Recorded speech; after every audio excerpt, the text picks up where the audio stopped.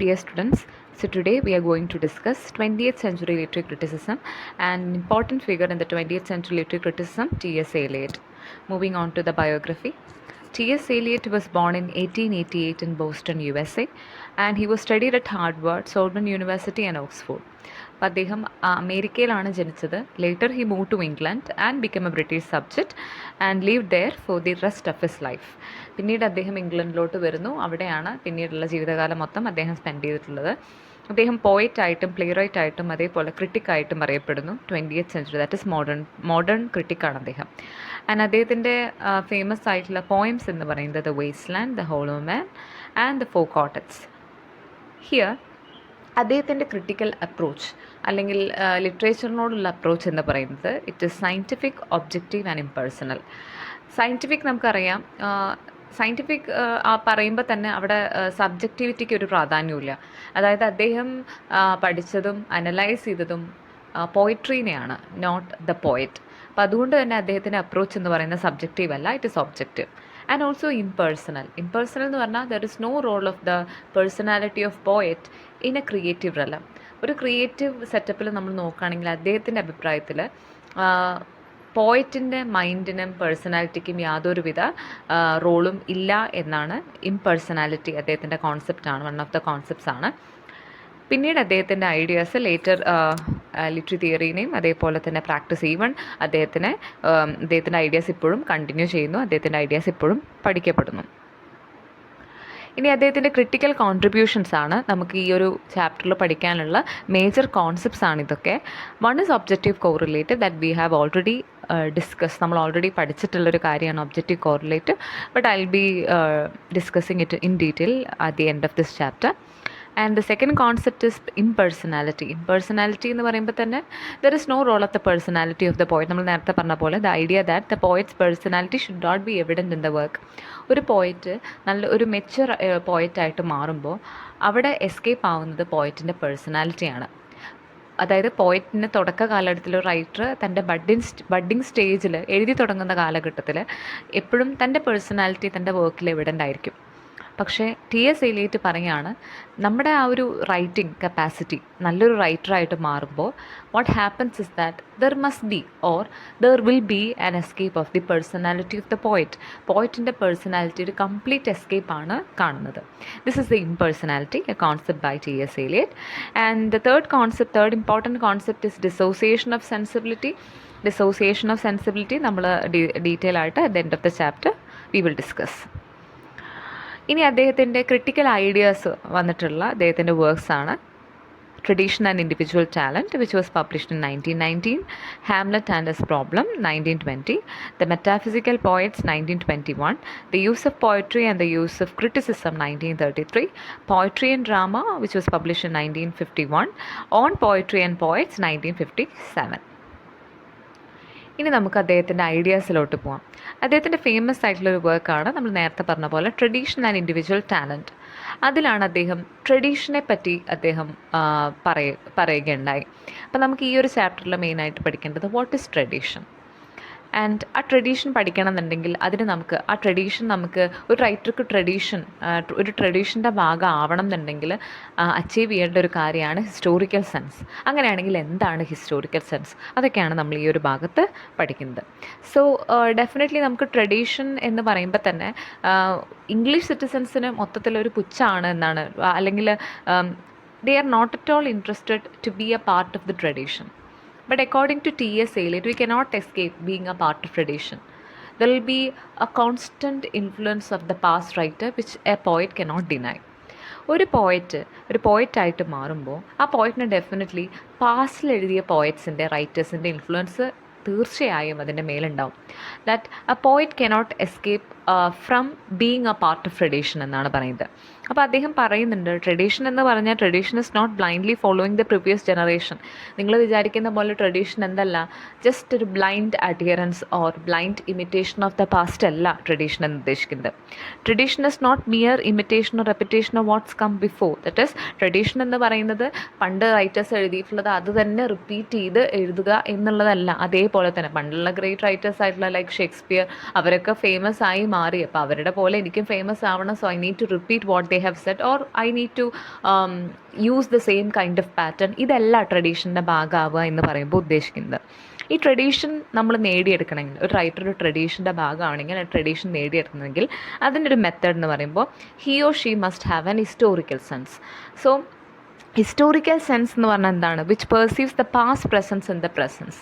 അതായത് പാസ്റ്റിൻ്റെ ഇൻഫ്ലുവൻസ് നമുക്ക് പ്രസൻറ്റിൽ ഉണ്ട് എന്നുള്ളത് നമ്മൾ മനസ്സിലാക്കിയെടുക്കുന്നതാണ് ഹിസ്റ്റോറിക്കൽ സെൻസ് എന്ന് പറയുന്നത്. Okay, so historical sense involves understanding the pastness of the past and its presence in the present. അതായത് കൺഫ്യൂഷൻ ഒന്നും വേണ്ട, നമ്മൾ പാസ്റ്റ് റൈറ്റേഴ്സിൻ്റെ എത്രത്തോളം ഇൻഫ്ലുവൻസ് നമുക്ക് പ്രസൻറ്റിലുണ്ട്. ഓക്കെ, പാസ്റ്റ്നെസ്സിൻ്റെ എത്രത്തോളം ഇൻഫ്ലുവൻസ് നമുക്ക് പ്രസൻറ്റിലുണ്ട് എന്ന് മനസ്സിലാക്കുന്നതിനാണ് historical sense. And also vice versa, തിരിച്ചു നടക്കുന്നുണ്ട്. അതായത് past help us to understand more about the present. അതേപോലെ തന്നെ പ്രസൻറ്റിലെ വർക്ക്സ് നമ്മൾ വായിക്കുമ്പോഴാണ് പാസ്റ്റിലുള്ള വർക്ക്സിൻ്റെ ചിലപ്പോൾ നമ്മൾ റെലവൻസ് തിരിച്ചറിയുന്നതും പല കാര്യങ്ങളും നമ്മൾ പുതിയൊരു പേഴ്സ്പെക്റ്റീവിൽ കാണുന്നതും. അപ്പോൾ present works help us to understand more about the past works. So this relationship is reciprocal. ഈ ബന്ധം എന്ന് പറഞ്ഞാൽ അങ്ങോട്ട്, റെസിപ്രോക്കൽ എന്ന് പറഞ്ഞാൽ അങ്ങോട്ടും ഇങ്ങോട്ടും അല്ലേ, അങ്ങോട്ടും ഇങ്ങോട്ടുള്ള ബന്ധമാണ്. ഈ ഒരു പാസ്റ്റിനെ പാസ്റ്റാക്കി മനസ്സിലാക്കി അതിൻ്റെ റെലവൻസ് പ്രസൻറ്റിലുണ്ട് എന്ന തിരിച്ചറിവിനാണ് T.S. Eliot എന്ത് വിളിച്ചത്? ഹിസ്റ്റോറിക്കൽ സെൻസ് എന്ന് വിളിച്ചത്. പക്ഷെ പല റൈറ്റേഴ്സും പറയാൻ ഉദ്ദേശിക്കുന്നതാണ് ദേ ആർ യുണീക്ക്. ഞാൻ യുണീക്കാണ്, എനിക്ക് എൻ്റേതായിട്ടുള്ളൊരു വ്യക്തിമുദ്ര അതിലുണ്ട്, ഓരോ റൈറ്റിങ്ങിനും ഞാൻ എഴുതിയതിലുണ്ട്. I'm not a part of tradition. But ഒരു പോയറ്റിനും ഒരു ട്രഡീഷൻ്റെ ഭാഗമല്ലാതെ വരാൻ സാധിക്കില്ല. പക്ഷേ ട്രഡീഷൻ എന്ന് പറയുമ്പോൾ എല്ലാവരും തെറ്റിദ്ധരിക്കും, ട്രഡീഷൻ ഞാൻ പക്ക ട്രഡീഷനാണ്, കൺസർവേറ്റീവാണ് എന്ന് പറഞ്ഞ പഴയ കാര്യങ്ങൾ മാത്രം അത് സ്ട്രിക്റ്റായിട്ട് ഫോളോ ചെയ്യുന്നു. അതല്ല ട്രഡീഷൻ. T.S. Eliotൻ്റെ കണക്കിന് T.S. Eliotൻ്റെ കണക്കിൽ പാസ്റ്റിൻ്റെ ഇൻഫ്ലുവൻസ് പ്രസൻറ്റിലും ഉണ്ട്. അത് നമുക്ക് ഡിനൈ ചെയ്യാൻ പറ്റില്ല. A poet is a part of one whole continuum എന്നാണ് പറയുന്നത്. ഒരു പോയറ്റ് ഒരു തുടർച്ച അല്ലേ. ഷേക്സ്പിയർ തൊട്ട് ഇന്നേ കാലം വരെ എത്രയോ റൈറ്റേഴ്സ് ഉണ്ട്, അവരെല്ലാം വൺ സിംഗിൾ ട്രഡീഷൻ്റെ ഭാഗമാണ്. So the poet cannot actually break away from the concept of tradition എന്നാണ് T.S. Eliot പറയുന്നത്. So tradition can be achieved through a historical sense. Historical sense means what? It is the perception of the past. അതേപോലെ നമ്മൾ മനസ്സിലാക്കിയെടുക്കുകയാണ്. Historical sense involves understanding the timeless and temporal aspects of the past and present together. അതായത് നമ്മൾ historical sense എന്ന് പറയുന്നത് പണ്ട് എഴുതിയിട്ടുള്ള work എല്ലാം ടൈംലെസ് ആണ് അല്ലേ. ആ വർക്കിൻ്റെ ഇൻഫ്ലുവൻസ് ഇപ്പോഴും ഉണ്ട് എന്ന് നമ്മുടെ ആ തിരിച്ചറിവാണ്. അത് നമ്മൾ പ്രസൻറ്റിലെ വർക്ക്സിനെ മനസ്സിലാക്കാൻ കൂടുതൽ പഴയ വർക്ക്സ് ഹെൽപ്പ് ചെയ്യുന്നു എന്നുള്ളതിൻ്റെയൊക്കെ തിരിച്ചറിവിനെയാണ് ഹിസ്റ്റോറിക്കൽ സെൻസ് എന്ന് പറയുന്നത്. And this sense makes a writer aware of the place in history and their contemporaneity. അതായത് ഇത്തരത്തിലുള്ള ഒരു തിരിച്ചറിവ് പോയറ്റിന് തൻ്റെ സ്ഥാനം എവിടെ എന്നുള്ളത് ലൊക്കേറ്റ് ചെയ്യാൻ ഈസി ആയിട്ട് പറ്റുകയാണ്. The poet will become aware of his own position in the one whole history of the ലിറ്ററേച്ചറിൽ തൻ്റെ സ്ഥാനം എവിടെയാണ് കിടക്കുന്നത്.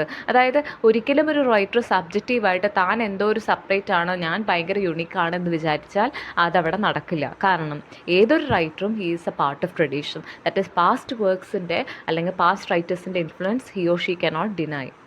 And he is a part of one whole, ഒരു സിംഗിൾ കണ്ടിന്യൂം, ഒരൊറ്റ കണ്ടിന്യൂം, ഒരു ആസ് എ ഹോൾ ഒരു ട്രഡീഷൻ്റെ ഭാഗമായിരിക്കും എല്ലാ പോയറ്റും എന്നാണ് പറയുന്നത്.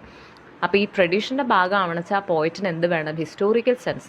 He or she cannot deny the influence of the past writers and he or she become the like a part of a big tradition. Historical sense helps writers realize the continuity of literature and their position with it from Homer to their contemporaries. അപ്പോൾ ഒരു പോയറ്റും വേറിട്ട് നിൽക്കുന്നില്ല. Historical സെൻസിലൂടെ റൈറ്റേഴ്സിന് മനസ്സിലാവുന്നു താൻ ലിറ്ററേച്ചറിലെ ഒരു കണ്ടിന്യൂത്തിൻ്റെ ഭാഗമാണ്. തൻ്റെ position എവിടെയാണെന്ന് ലൊക്കേറ്റ് ചെയ്യാൻ റൈറ്റർക്ക് പറ്റുന്നു. ഹോമർ തൊട്ട് ഇന്നേ വരെയുള്ള ഒരു ട്രഡീഷൻ്റെ ആ ഒരു ഭാഗം തന്നെയാണ് ഞാനും എന്ന് ആ റൈറ്റർക്ക് മനസ്സിലാവുന്നു. അങ്ങനെയാണ് ആ റൈറ്റർ ഗ്രേറ്റ് ആയിട്ട് മാറുന്നത് എന്നാണ് T.S. Eliot മനസ്സിലാക്കുന്നത്. So this relationship as we Z earlier it is reciprocal. അതായത് പാസ്റ്റിൻ്റെ ഇൻഫ്ലുവൻസ് പ്രസൻറ്റിലുണ്ടോ എന്ന് മാത്രമല്ല നമ്മൾ നോക്കുന്നത്. പ്രസൻറ്റ് ഒരു ഏറെക്കുറെ നമ്മളിപ്പോൾ പ്രസൻറ്റ് വർക്ക്സ് എല്ലാം വായിക്കുമ്പോൾ നമുക്ക് പാസ്റ്റ് വർക്ക്സിനെ വേണമെങ്കിൽ ഒന്ന് റീഡ് ചെയ്യാൻ നമ്മളെ ഹെൽപ്പ് ചെയ്യുന്നുണ്ട്, കുറച്ചുകൂടി കൂടുതൽ മനസ്സിലാക്കാൻ ഹെൽപ്പ് ചെയ്യുന്നുണ്ട്. So here the relationship between past and present is reciprocal. Past helps to understand the present and present throws light on the past. Okay, No independent meaning. No poet or writer has an independent meaning or significance without being a part of larger literary tradition. So no poet can claim that he or she is unique. ഒരിക്കലും ഒരു റൈറ്റർക്ക് ഞാനൊരു യുണീക്കാണ്, ഞാനൊരു independent meaning ഉണ്ടാക്കിയെടുത്തു എന്നൊന്നും claim ചെയ്യാൻ പറ്റില്ല. അങ്ങനെ ഒരു independent meaning create ചെയ്യാൻ പറ്റില്ല, since he or she is a part of a big tradition. ഒരു വലിയൊരു ട്രഡീഷൻ്റെ ഭാഗമായിട്ട് വരുന്ന ഏതൊരു റൈറ്റർക്കും താനൊരു ഇൻഡിപെൻഡൻറ്റ് മീനിങ് ആണ് ഈ ഒരു പോയത്തിൽ അല്ലെങ്കിൽ ഈ ഒരു വർക്കിൽ ഉദ്ദേശിച്ചെന്ന് പറയാൻ ക്ലെയിം ചെയ്യാൻ സാധിക്കില്ല. Classics and great literature. Tradition consists of classical literature such as metaphysical poetry. അപ്പോൾ ഈ ഒരു ട്രഡീഷൻ കൂടുതലായിട്ട് നമുക്ക് മെറ്റാഫിസിക്കൽ പോയറ്റ്സിൻ്റെ വർക്ക്സുകളിൽ നമുക്ക് കാണാൻ സാധിക്കുമെന്നാണ് T.S. Eliot പറയുന്നത്. And historical sense enables writer to transcend their individual personality. നമ്മൾ പറഞ്ഞു ഒരു റൈറ്ററിൻ്റെ ഇമ്മച്വർ സ്റ്റേജിൽ ആ റൈറ്ററിൻ്റെ സ്വഭാവം, തൻ്റെ പേഴ്സണാലിറ്റി കൂടുതൽ വർക്കിൽ റിഫ്ലക്റ്റ് ചെയ്ത് കാണാൻ പറ്റുമത്രേ. അങ്ങനെ റിഫ്ലക്റ്റ് ചെയ്ത് കാണുന്നത് ആ റൈറ്ററിൻ്റെ ഇമ്മച്വർ സ്റ്റേജിലായിരിക്കും. പക്ഷേ ആ റൈറ്റർ കൂടുതൽ മെച്വറായിട്ട് നല്ലൊരു ഗ്രേറ്റ് റൈറ്ററായിട്ട് മാറുമ്പോൾ there will B great escape of his on personality. അങ്ങനെ തൻ്റെ പേഴ്സണാലിറ്റി അവിടെ ഉപേക്ഷിച്ച് റൈറ്റർ ഒരു വലിയൊരു ട്രഡീഷൻ്റെ ഭാഗമായിട്ട് മാറുന്നു. അതായത് ഹോമർ തൊട്ട് അല്ലെങ്കിൽ ഷേക്സ്പിയർ തൊട്ടുള്ള വലിയൊരു റൈറ്ററിൻ്റെ ആ ഒരു ഭാഗമുണ്ടല്ലോ, ആ ട്രഡീഷൻ്റെ ഭാഗമായിട്ട് മാറുന്നു. അങ്ങനെ ട്രഡീഷൻ്റെ ഭാഗമാവണമെന്നുണ്ടെങ്കിൽ he must have the historical sense. He must understand the pastness of the past and its relevance in the present. ഈ പ്രസൻറ്റിലെ വർക്ക്സ് എങ്ങനെയാണോ പാസ്റ്റിലെ വർക്ക്സിനെ മനസ്സിലാക്കാൻ നമ്മൾ ഉപയോഗിക്കുന്നത്, അതേപോലെ തന്നെ നമുക്ക് ഡിനൈ ചെയ്യാൻ പറ്റാത്തൊരു കാര്യമാണ് പാസ്റ്റിൻ്റെ ഇൻഫ്ലുവൻസ്. അതുകൊണ്ട് തന്നെ ഒരു റൈറ്റർക്കും എന്ത് ക്ലെയിം ചെയ്യാൻ പറ്റില്ല, ഞാൻ ആദ്യമായിട്ടൊരു മീനിങ് ക്രിയേറ്റ് ചെയ്തു എന്ന് no poet can claim. Okay, so അവിടെ നമ്മൾ ഉപേക്ഷിക്കേണ്ടത് റൈറ്ററിൻ്റെ പേഴ്സണാലിറ്റിയാണ്. റൈറ്ററിൻ്റെ പേഴ്സണാലിറ്റി ഉപേക്ഷിക്കാൻ റൈറ്റർക്ക് സാധിക്കുമ്പോൾ ആ റൈറ്റർ ഒരു ഗ്രേറ്റ് റൈറ്ററായിട്ട് മാറുന്നു. At the same time he or she will become A part of A greater tradition from Homer or Shakespeare onwards. Next, impersonality. നമ്മൾ നേരത്തെ പറഞ്ഞ പോലെ പെട്ടെന്ന് മനസ്സിലാക്കി എടുക്കാൻ പറ്റുന്നൊരു കോൺസെപ്റ്റാണ് ഇംപേഴ്സണാലിറ്റി. എന്താണ് ഇംപേഴ്സണാലിറ്റി? ഇവിടെ ഇംപേഴ്സണാലിറ്റി നമ്മൾ പഠിക്കണമെന്നുണ്ടെങ്കിൽ നമുക്ക് റൊമാൻറ്റിക് ഏജിൽ വേർഡ്സ്വർത്ത് എങ്ങനെയാണ് പോയട്രി അല്ലെങ്കിൽ ലിറ്ററേച്ചറിലെ കണ്ടത്, അദ്ദേഹത്തിൻ്റെ ക്രിട്ടിക്കൽ ഐഡിയ എങ്ങനെയായിരുന്നു എന്നുള്ളത് നമ്മൾ മനസ്സിലാക്കിയെടുക്കണം. റൊമാൻറ്റിക് ഏജിൽ ഏറ്റവും undue importance was given to the പോയറ്റിനാണ് നമ്മൾ കൂടുതൽ ഇമ്പോർട്ടൻസ് കൊടുത്തുള്ളത്, അല്ലെങ്കിൽ പോയറ്റിൻ്റെ ആ ഒരു എക്സ്പ്രഷനും. അതായത് നമുക്ക് ആ ഒരു വേർഡ്സ്വർത്തിൻ്റെ ഡെഫിനേഷൻ ഓഫ് പോയട്രി തന്നെ ആ ഒരു കാര്യം എവിഡൻ്റ് ആണ്. So poetry is a spontaneous of powerful feeling and emotion, അല്ലേ? പോയറ്റിൻ്റെ പവർഫുൾ ഫീലിംഗ് ആൻഡ് ഇമോഷൻ്റെ ഒരു വെറും ഒഴുക്കായിട്ടാണ് നമ്മൾ എന്ത് കണ്ടത്, റൊമാൻറ്റിക് ഏജിൽ അവർ പോയട്രീനെ കണ്ടത്. അത് വേർഡ്സ്വർത്തിൻ്റെ ഡെഫിനേഷനിൽ നിന്ന് എവിഡൻ്റ് ആണ്. എന്നാൽ T.S. Eliot ഈ ഒരു റൊമാൻറ്റിക് ഐഡിയ അല്ലെങ്കിൽ ഈ റൊമാൻറ്റിക് നോഷനെ എതിർത്തുകൊണ്ട് പറയാണ് poetry is not the expression of artist personality. അപ്പോൾ റൊമാൻറ്റിക് ഏജിലെ ആ ഒരു അഭിപ്രായമാണ് poetry is an expression of artist personality. But here T.S. Eliot is entirely, he is rejecting the idea that poetry is an expression of the artist's personality. അതെന്തുകൊണ്ടാണ്?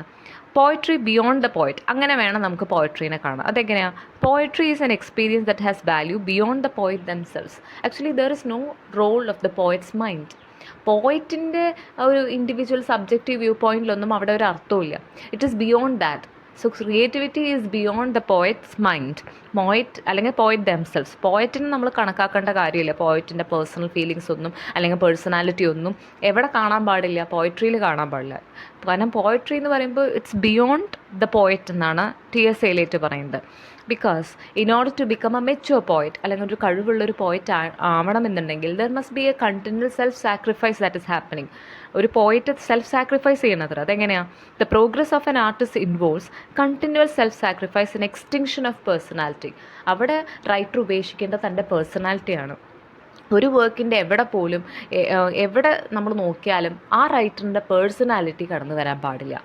So if there is A continual escape of his personality, ആ റൈറ്റർക്ക് claim ചെയ്യാം, അല്ലെങ്കിൽ ആ റൈറ്റർക്ക് മനസ്സിലാക്കാം താനൊരു great റൈറ്ററായിട്ട് മാറിയിട്ടുണ്ട് എന്നുള്ളത്. ഈ ഇംപേഴ്സണാലിറ്റിക്ക് തന്നെ 2 ആസ്പെക്ട്സ് ഉണ്ട്. അതെങ്ങനെയാണ്? 1, all poetry forms a continuum, a living whole despite being written poets. വെവ്വേറെ പോയറ്റ്സ് എഴുതിയാൽ പോലും എഴുതിയിട്ടുള്ള ഡിഫറെൻറ്റ് വർക്ക്സ് ആണെങ്കിൽ പോലും എല്ലാ പോയട്രിയും ഒരൊറ്റ കണ്ടിന്യൂമാണ്. നമ്മൾ പറഞ്ഞു ഒരൊറ്റ സിംഗിൾ ട്രഡീഷനിലാണ് മൂവ് ചെയ്യുന്നത്. അതുകൊണ്ട് തന്നെ അവിടെ പേഴ്സണാലിറ്റിക്ക്, ഓരോ പോയറ്റിൻ്റെ പേഴ്സണാലിറ്റിക്കും ഒരു റോളുമില്ല. Special relation between poem and author. ഇവിടെ എന്താ പറയുന്നത്? The poet's mind is a medium. Actually പോയറ്റിൻ്റെ മൈൻഡിന് റോൾ ഉണ്ടോയെന്ന് ചോദിച്ചാൽ ആ പോയറ്റിൻ്റെ മൈൻഡ് എന്ത് മാത്രമേ ഉള്ളൂ? ഒരു മീഡിയം മാത്രമേ ഉള്ളൂ. ആ ലിറ്റററി പ്രൊഡക്ഷൻ നടക്കാനുള്ള ഒരു മീഡിയം മാത്രമാണ് പോയറ്റിൻ്റെ മൈൻഡ്. അല്ലാതെ പോയറ്റിൻ്റെ മൈൻഡ് ഒരിക്കലും ആ വർക്കിൽ കടന്നു വരാൻ പാടില്ല. This is what he means by the term impersonality. The poet's mind is merely a medium, and the poet has no personality to express, but a particular medium in which impressions and experience combine in unique ways. അപ്പോൾ എന്താ ഇവിടെ പറയുന്നത്? പോയിറ്റിൻ്റെ personality അപ്പോൾ റൈറ്റിങ്ങിൽ വരാൻ പാടില്ല. There must be A continual extension of his personality. ഒരു self sacrifice ആണ് അവിടെ നടക്കുന്നത് അല്ലേ? ആ വർക്കിൽ എവിടെയും പോയിറ്റിൻ്റെ സ്വഭാവം, പ്രത്യേകതകൾ, താല്പര്യങ്ങളൊന്നും വരാൻ പാടില്ല. അങ്ങനെയാണെങ്കിൽ അതിനൊരൊറ്റ റോളേ ഉള്ളൂ. പോയിറ്റിൻ്റെ മൈൻഡ് എന്ന് പറയുന്നത്, അല്ലെങ്കിൽ പോയിറ്റിൻ്റെ പേഴ്സണാലിറ്റി എന്ന് പറയുന്നത് it's just a platform for the thoughts and feelings to combine. തോട്ട്സും ഫീലിങ്സും എല്ലാം കമ്പൈൻ ചെയ്യാനുള്ള ഒരു സ്പേസ് മാത്രമാണ് പോയറ്റിൻ്റെ പേഴ്സണാലിറ്റി. ഒരിക്കലും വർക്കിൽ എന്ത് വരാൻ പാടില്ല? പോയറ്റിൻ്റെ പേഴ്സണാലിറ്റി എവിഡൻ്റ് ആയിട്ട് കാണാൻ പാടില്ല. And the poet's mind, like a catalyst in a chemical reaction, does not undergo any changes during the creative process. ഇവിടെ വളരെ ഇൻട്രസ്റ്റിംഗ് ആയിട്ട് അദ്ദേഹം he's comparing this process to a chemical reaction. നമുക്കറിയാം അദ്ദേഹം ഒരു കെമിക്കൽ റിയാക്ഷൻ്റെ ഹെൽപ്പോട് കൂടിയാണ് നമുക്ക് മനസ്സിലാക്കി തരുന്നത്. അതായത് ഈ ഇംപേഴ്സണാലിറ്റി മനസ്സിലാക്കി തരാൻ അദ്ദേഹം ഒരു കെമിക്കൽ റിയാക്ഷൻ, അതായത് ഇപ്പോൾ അദ്ദേഹം പറയാണ് 2 എലിമെൻറ്റ്സ് കമ്പൈൻ ചെയ്യുകയാണ്. ഓക്കെ, നമുക്കറിയാം, നമ്മൾ സ്കൂളുകളിലൊക്കെ പഠിച്ചിട്ടുണ്ടാവും. അപ്പോൾ ഓക്സിജനും സൾഫ്യൂറിക് ആസിഡും കമ്പൈൻ ചെയ്തിട്ട് സൾഫ്യൂറസ് ആസിഡ് ഫോം ചെയ്യുന്ന ഒരു കെമിക്കൽ റിയാക്ഷനാണ് അദ്ദേഹം നമുക്ക് പറഞ്ഞു തരുന്നത്. And in order to combine these 2 elements, അല്ലെങ്കിൽ ഈ ഒരു കെമിക്കൽ റിയാക്ഷൻ്റെ റേറ്റ് കൂട്ടാൻ വേണ്ടി, in order to increase the rate of this chemical reaction, അവിടെ നമ്മൾ ഇൻട്രൊഡ്യൂസ് ചെയ്യുന്നത് ഒരു കാറ്റലിസ്റ്റ് ആണ്. നമുക്കറിയാം കാറ്റലിസ്റ്റ് എന്ത് ചെയ്യുന്നു? കാറ്റലിസ്റ്റ് നമ്മൾ ആഡ് ചെയ്യുമ്പോൾ ആ കെമിക്കൽ റിയാക്ഷൻ്റെ റേറ്റ് ഒന്ന് കൂടുകയാണ്. അപ്പോൾ ഒരു കാറ്റലിസ്റ്റ് അവിടെ ഇൻട്രൊഡ്യൂസ് ചെയ്യുന്നു. ദാറ്റ് ഈസ് അദ്ദേഹം പറയുന്ന ഒരു fine filament of platinum is introduced as a catalyst in order to increase the rate of the chemical reaction. ആ കെമിക്കൽ റിയാക്ഷൻ്റെ റേറ്റ് ഇൻക്രീസ് ചെയ്യാൻ ആരോ പ്ലാറ്റിനത്തിൻ്റെ ഇത് കൊണ്ടുവരുമ്പോഴും കെമിക്കൽ റിയാക്ഷൻ വേഗം നടക്കുന്നു, കമ്പൈൻ ചെയ്യുന്നു, ഫൈനൽ എൻഡ് പ്രൊഡക്റ്റ് ആയിട്ടുള്ള, അല്ലെങ്കിൽ ഫൈനൽ പ്രൊഡക്റ്റ് ആയിട്ടുള്ള സൾഫ്യൂറസ് ആസിഡ് നമ്മൾ കിട്ടുന്നു. ഇതിനെ നമ്മളെങ്ങനെ ഈ ഒരു ക്രിയേറ്റീവ് പ്രോസസ്സായിട്ട് നമുക്ക് കമ്പൈൻ ചെയ്ത് അല്ലെങ്കിൽ മനസ്സിലാക്കി പഠിക്കാം? അതിന് അദ്ദേഹം പറഞ്ഞു തരികയാണ്. അതായത് മനുഷ്യൻ്റെ ഇമോഷൻസും എക്സ്പീരിയൻസും ഇത് രണ്ടും കമ്പൈൻ ചെയ്തിട്ടാണല്ലോ ഫൈനൽ നമുക്കൊരു പോയട്രി അല്ലെങ്കിൽ എന്ത് ലിറ്റററി വർക്ക് ആണെങ്കിലും കിട്ടുന്നത്.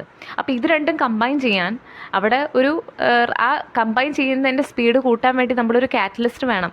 ആ കാറ്റലിസ്റ്റ് മാത്രമാണ് ഒരു പോയറ്റിൻ്റെ പേഴ്സണാലിറ്റി. ഓക്കെ, അപ്പോൾ ഈ ഒരു ഫൈൻ ഫിലമെൻറ്റ് അതിൽ ഇൻട്രൊഡ്യൂസ് ചെയ്തപ്പോൾ കെമിക്കൽ റിയാക്ഷൻ സ്പീഡിൽ നടന്നു എന്നല്ലാതെ പ്ലാറ്റിനത്തിൻ്റെ ഒരു അംശം പോലും ആ കെമിക്കൽ റിയാക്ഷനിൽ എത്തില്ല. അതേപോലെ തന്നെ the platinum itself undergo no change. അപ്പോൾ അതിലൊരു കാര്യം മനസ്സിലാക്കാം, പോയിറ്റിൻ്റെ മൈൻഡും പോയിറ്റിൻ്റെ പേഴ്സണാലിറ്റിയും ഇങ്ങനെ തന്നെയാണ്. വാരിയസ് ഇമോഷൻസ് ആൻഡ് എക്സ്പീരിയൻസ് എല്ലാം കമ്പൈൻ ചെയ്തൊരു പോയിട്രി പ്രൊഡ്യൂസ് ചെയ്യുമ്പോൾ മനുഷ്യൻ്റെ അല്ലെങ്കിൽ റൈറ്ററിൻ്റെ personality is just like a platinum or a catalyst. അതിന് ഒരിക്കലും അതിൻ്റേതായിട്ടുള്ളൊരു ചേഞ്ചസും വരുമില്ല, അതിനൊരു ചേഞ്ചും മാറ്റവും വരുമെന്നില്ല. അതേപോലെ തന്നെ ആ ഒരു ക്രിയേറ്റീവ് പ്രോസസ്സിൽ അതിൽ റൈറ്ററിൻ്റെ പേഴ്സണാലിറ്റിയുടെ ഒരു അംശം പോലും കാണില്ല. But it serves S A platform. പക്ഷേ അത് വേണം. എന്തിനു വേണ്ടിയിട്ടാണ്? അവിടെ വെച്ചിട്ടാണ് ഈ ചേഞ്ചസ് എല്ലാം നടക്കുന്നത്. അതുകൊണ്ട് സംഭവം അവിടെ വേണം, ആ പ്ലാറ്റ്ഫോം അവിടെ വേണം. But there is no trace of the poet's personality in the final produce. Final ആയിട്ട് കിട്ടുന്ന ഫൈനൽ എൻഡ് റിസൾട്ടിൽ അവിടെ എന്തുണ്ടാവില്ല? പോയറ്റിൻ്റെ പേഴ്സണാലിറ്റിയുടെ ഒരു തരി അംശം പോലും നമുക്ക് കാണാൻ പറ്റില്ല. ഇതിനെയാണ് നമ്മൾ എന്ത് പറയുന്നത്? ഇംപേഴ്സണാലിറ്റി എന്ന് പറയുന്നത്.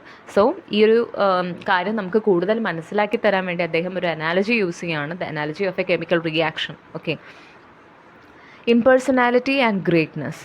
Greater artist, greater impersonality. അതെന്താണ്? The degree of impersonality in poetic creation will be greater with greater artist. നമ്മളൊരു കാര്യം മനസ്സിലാക്കിയാൽ ഗ്രേറ്റർ ആയിട്ടുള്ള, അതായത് വലിയ വലിയ റൈറ്റേഴ്സിൻ്റെ വർക്ക് എടുത്ത് നോക്കിയാൽ അവിടെ ഒരിക്കലും അവരുടെ ഒരു പേഴ്സണാലിറ്റിയുടെ ട്രേസ് കാണാൻ പറ്റില്ല എന്നാണ് പറയുന്നത്. And the more perfect the artist, the more completely separate will be the man who suffers in the mind and which creates. അതായത് ഒരു റൈറ്റർ തൻ്റെ ഒരു മെച്യൂർ ഏജിൽ അല്ലെങ്കിൽ ഒരു മെച്യൂർ റൈറ്ററായിട്ട് മാറുമ്പോൾ there will B continuous self sacrifice of his personality. ആ റൈറ്റർക്ക് ഒരിക്കലും തൻ്റെ പേഴ്സണാലിറ്റി അതിനെ എഫക്റ്റ് ചെയ്യില്ല. അത് വേറൊരു പ്ലാറ്റ്ഫോം മാത്രമാണ്. Various emotions and experience combine ചെയ്യാനുള്ള ഒരു പ്ലാറ്റ്ഫോമായിട്ട് പേഴ്സണാലിറ്റി അവിടെ നിൽക്കും. But there will be no trace of the personality of the poet in the work that he compose. Okay, ഇനി എന്താണ് പോയറ്റിക് ഇമോഷൻ? ഇവിടെയാണ് വേർഡ്സ്വർത്തിൻ്റെ, നമ്മൾ പറഞ്ഞല്ലോ വേർഡ്സ്വർത്തിൻ്റെ ക്രിട്ടിക്കൽ ഐഡിയാസ് എല്ലാം സബ്ജക്റ്റീവാണ്. ടി.എസ്. എലിയറ്റിൻ്റെ ക്രിട്ടിക്കൽ ഐഡിയാസ് എല്ലാം ഒബ്ജക്റ്റീവാണ്. അപ്പോൾ അതുകൊണ്ട് തന്നെ there is a complete negation of the Wordsworth concept regarding the subjectivity of poetry. അപ്പോൾ അതെന്താണെന്ന് നോക്കി നോക്കാം. Eliot rejects Wordsworth idea that poetry as a powerful emotions recollected in tranquillity. അതായത് നമുക്കറിയാം വേർഡ്സ്വർത്തിൻ്റെ ഫേമസ് ഡെഫിനേഷൻ ആയിട്ടുള്ള poetry is a spontaneous of love, powerful feeling and emotion recollected in tranquillity. ഈ ഒരു കോൺസെപ്റ്റിനെ കംപ്ലീറ്റ് ഡിനയിലാണ് അല്ലെങ്കിൽ കംപ്ലീറ്റ് റിജക്ഷനാണ് ടി.എസ്. എലിയറ്റിൽ കാണുന്നത്. അദ്ദേഹത്തിൻ്റെ കണ്ണിൽ ദർ ഇസ് നോ റിക്കലക്ഷൻ. അദ്ദേഹത്തിൻ്റെ മനസ്സിൽ ഒരു പോയട്രി എന്ന് പറയുമ്പോൾ it's not actually a turning loose of emotion, but it is an escape from emotion. അത് ഒരിക്കലും റൈറ്ററിൻ്റെ എക്സ്പ്രഷൻ ഓഫ് പേഴ്സണാലിറ്റി അല്ല, but an escape from personality. When a writer is able to sacrifice his personality. ഒരു writer ഒരു book എഴുതാൻ അല്ലെങ്കിൽ ഒരു work എഴുതാൻ തൻ്റെ പേഴ്സണാലിറ്റീനെ എത്രത്തോളം സെൽഫ് സാക്രിഫൈസ് ചെയ്യാൻ ആ റൈറ്റർക്ക് സാധിച്ചോ, അല്ലെങ്കിൽ തൻ്റെ പേഴ്സണാലിറ്റി എത്രത്തോളം അതിൽ വരാതിരിക്കാൻ ആ റൈറ്റർക്ക് പറ്റുന്നുണ്ടോ, അത്രത്തോളം ആ റൈറ്റർ ഗ്രേറ്റ് ആയിട്ട് മാറുന്നു. അതായിരിക്കണം പോയട്രി എന്നാണ് ടി.എസ്. എലിയറ്റ് പറയുന്നത്. അപ്പോൾ ഇത് വേർഡ്സ്വർത്തിൻ്റെ ഡെഫിനേഷനോട് വളരെ ഓപ്പോസിറ്റായിട്ട് നിൽക്കുന്ന ഒരു ഐഡിയ ആണെന്ന് നമ്മൾ മനസ്സിലാക്കിയെടുക്കണം. Okay, Eliot proposes a distinction between emotions and feeling with poetic emotion being complex and refined. Eliot അതുപോലെ ഇമോഷൻസും ഫീലിങ്സും തമ്മിലുള്ള വ്യത്യാസം മനസ്സിലാക്കുന്നു. അദ്ദേഹം പറയാണ് പോയറ്റിക് ഇമോഷൻ എന്ന് പറയുന്നത് which is very complex and also refined. And the complexity of poetic emotion has no direct reference to life. അതായത് നമ്മളെപ്പോഴും ലിറ്ററേച്ചറിന് ലൈഫിൻ്റെ റിഫ്ലക്ഷനൊക്കെ ആയിട്ടാണ് കാണുന്നത്. പക്ഷേ അദ്ദേഹം മനസ്സിലാക്കിയതുകൊണ്ട് ഈ ഒരു ഇമോഷൻ എന്ന് പറയുന്നത് that is poetic emotion is rather crude and also it is very difficult to understand. നമുക്ക് ബിയോണ്ട് വേർഡ്സ് ആണ് അതിനെ എക്സ്പ്ലെയിൻ ചെയ്യാൻ. അതുകൊണ്ട് തന്നെ നമുക്കത് കോംപ്ലക്സും റിഫൈൻഡ് ആയതുകൊണ്ട് തന്നെ നമുക്കത് എന്ത് ചെയ്യാൻ പറ്റില്ല, അതിനെ ലൈഫിനോട് ചേർത്ത് വെച്ച് നമുക്കത് പഠിക്കാൻ പറ്റില്ല എന്നാണ് ടി.എസ്. എലിയറ്റ് പറയുന്നത്. about poetic creation. ഇനി അദ്ദേഹം പറയാണ് the poet does not need to discover new emotions for poetry. Ordinary emotions can be worked into poetry. അപ്പോൾ താനൊരു ട്രഡീഷൻ്റെ ഭാഗമാണ്. അപ്പോൾ താൻ എന്തോ ഒരു യുണീക്ക് ആയിട്ടുള്ള ഒരാളാണ്. അതായത് ഞാൻ അങ്ങനെയല്ല, ഞാൻ വേറിട്ട് നിൽക്കുന്ന ഒരു വ്യക്തിയാണ്, എൻ്റെ വ്യക്തിത്വമാണ് ഈ ഒരു വർക്കിൽ വരുന്നത് പറഞ്ഞാൽ കംപ്ലീറ്റ്ലി തെറ്റായിട്ടുള്ളൊരു കാര്യമാണ്. ഒരിക്കലും ഒരു റൈറ്ററിൻ്റെ പേഴ്സണാലിറ്റി അഥവാ വ്യക്തിത്വം തൻ്റെ റൈറ്റിങ്സിൽ വരാൻ പാടില്ല. അതുകൊണ്ട് തന്നെ ഒരു റൂളൊന്നുമില്ല, അതായത് writer has to invent new emotions വേണ്ട, ഡിസ്കവർ ചെയ്യേണ്ട പുതിയ ഇമോഷൻസ് ഒന്നും. ഓർഡിനറി ഇമോഷൻസ് തന്നെ മതി. ഇതുവരെ റൈറ്റേഴ്സ് ഷേക്സ്പിയറോ മറ്റേത് ഫേമസ് റൈറ്റേഴ്സ് ഉപയോഗിച്ചിട്ടുള്ള ആ ഇമോഷൻസ് തന്നെ he or she can work upon. And one single emotion or a combination of emotion may constitute the experience of the reader. ഒന്നില്ലെങ്കിൽ ഒരു ഇമോഷനോ അല്ലെങ്കിൽ combination of many different emotions can be used in A work and it help us to connect with the reader as well. പിന്നെ പറയുന്നു feelings associated with words and images contribute to the final effect of poetry. എപ്പോഴും feelings ആണ്. ഈ feelings നമ്മൾ ചേർത്ത് വെക്കുന്ന അതിൽ നമ്മൾ പോയട്രിയിൽ ഉപയോഗിച്ചിട്ടുള്ള വേർഡ്സിലും ഇമേജസിലുമാണ്. അതാണ് നമ്മുടെ പോയട്രിയുടെ ഫൈനൽ എൻഡിൽ നമ്മൾ കാണുന്നത്. ഓക്കെ, ഇനിയാണ് നമ്മൾ ഓൾറെഡി ഡിസ്കസ് ചെയ്തൊരു കോൺസെപ്റ്റാണ് ഒബ്ജക്റ്റീവ് കോറിലേറ്റീവ്. ഇപ്പോൾ objective correlative is a term.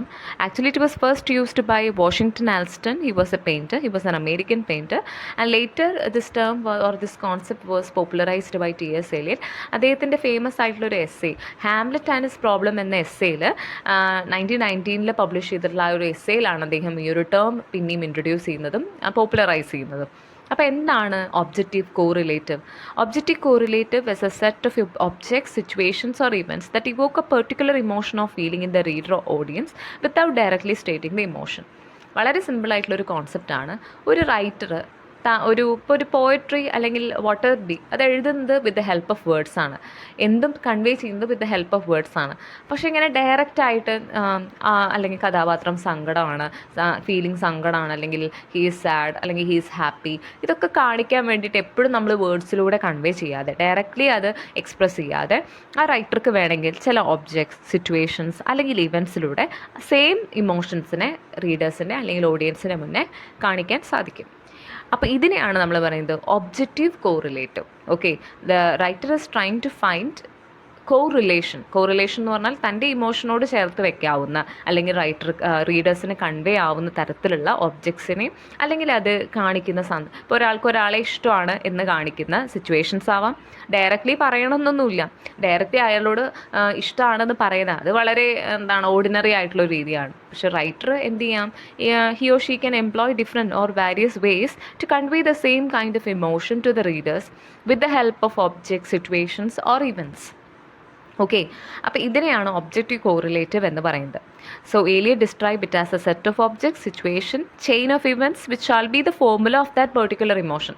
ഇപ്പോൾ ലവ് ആണെങ്കിൽ ആ ഇമോഷന് കറസ്പോണ്ടിങ് ആയിട്ട് അല്ലെങ്കിൽ അതിനോട് ചേർന്ന് നിൽക്കുന്ന സെറ്റ് ഓഫ് ഒബ്ജക്ട്സോ ചെയിൻ ഓഫ് ഇവൻറ്റ്സോ സിറ്റുവേഷൻസോ ഏതിലൂടെ ആണെങ്കിലും വേർഡ്സിലൂടെ അല്ലാതെ ഇൻഡയറക്റ്റ്ലി എങ്ങനെയൊക്കെ കാണിച്ചു കൊടുക്കാൻ പറ്റുന്നോ അതിനെയാണ് നമ്മൾ പറയുന്നത് objective correlative.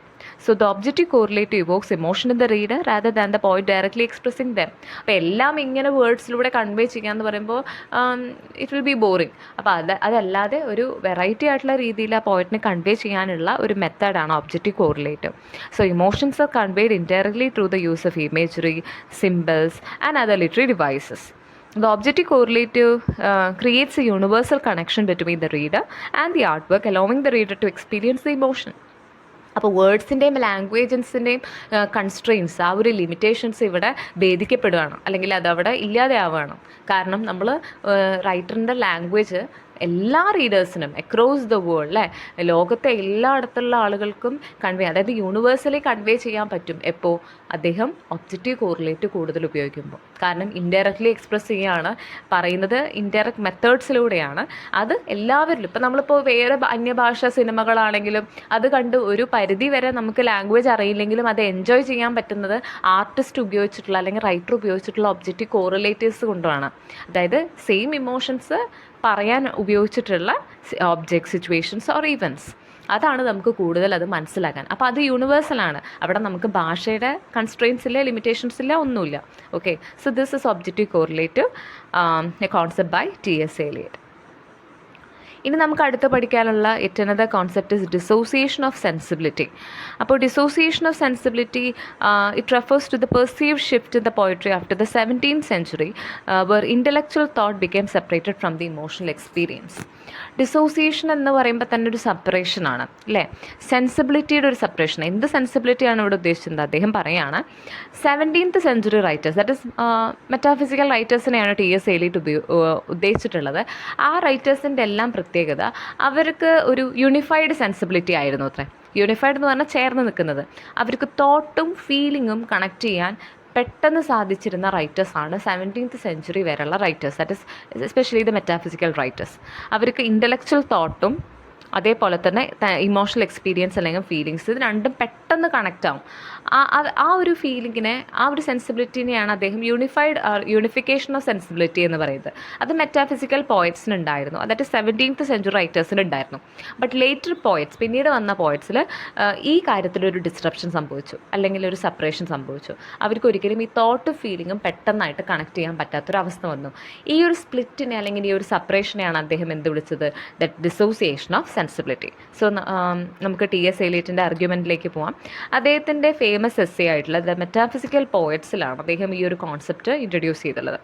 Eliot proposed that metaphysical poets like John Donne demonstrated, അവരൊക്കെ ജോൺ ഡണ്ടിനെ പോലുള്ള ഫേമസ് മെറ്റാഫിസിക്കൽ പോയറ്റ്സ് എല്ലാം മറ്റുള്ളവരിലെ എക്സ്പ്രസ് ചെയ്ത് കൊടുത്തിട്ടുള്ള ഒരു ഫീലിംഗ്, ദാറ്റ് ഇസ് ഒരു കഴിവുണ്ടായിരുന്നു. That is the direct sensuous apprehension of thought where ideas and emotions were fused.